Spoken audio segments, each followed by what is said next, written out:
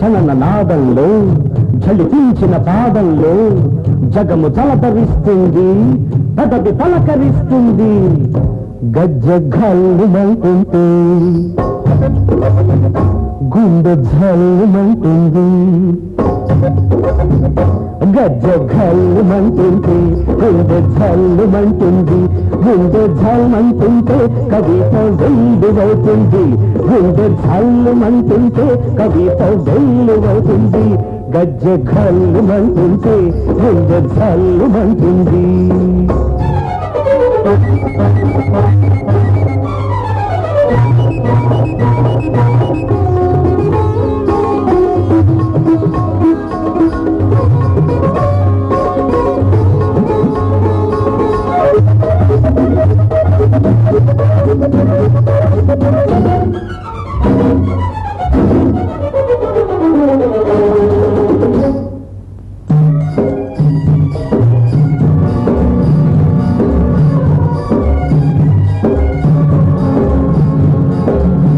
అమరావతి శిల్పంలో అందమైన కళలున్నాయి, అవి నీలో మిలమిల మెరిసే అరకన్నుల కళలైనాయి.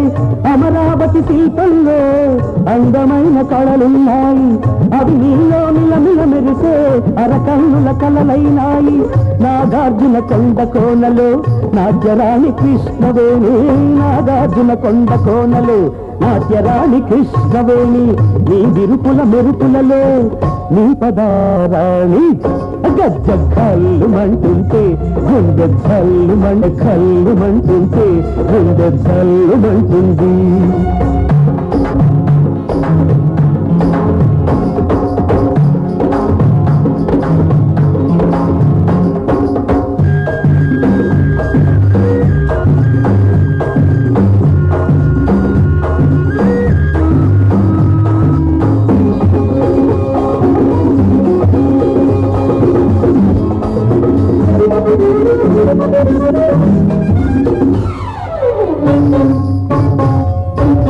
తుంగభద్ర తరంగాలలో సంగీతం నీలో ఉంది, రంగరంగ వైభవంగా పొంగి పదం పాడిస్తుంది.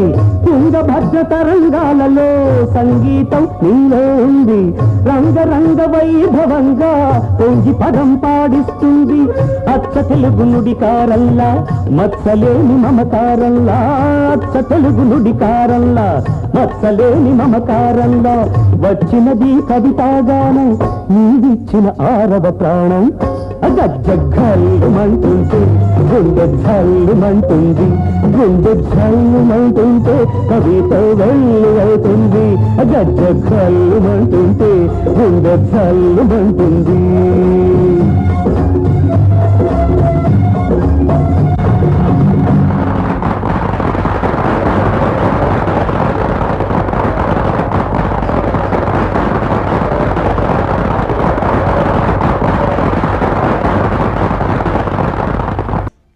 ఒక మనిషి బ్రతికే ఉండి నెల నెలా జీతం తీసుకుంటూ పని చేయడానికి నానా అవస్థలు పడుతున్న ప్రజలున్న ప్రస్తుత సొసైటీలో తాను చనిపోయిన తర్వాత కూడా దేశ సంరక్షణకై పాటుపడుతున్నాడు ఒక జవాను. చనిపోయిన తర్వాత మనిషి డ్యూటీ చేయడం ఏంటి? ఆశ్చర్యంగా ఉంది కదా. అసలు చనిపోయిన తర్వాత మనిషి డ్యూటీ చేయడం సాధ్యపడుతుందా?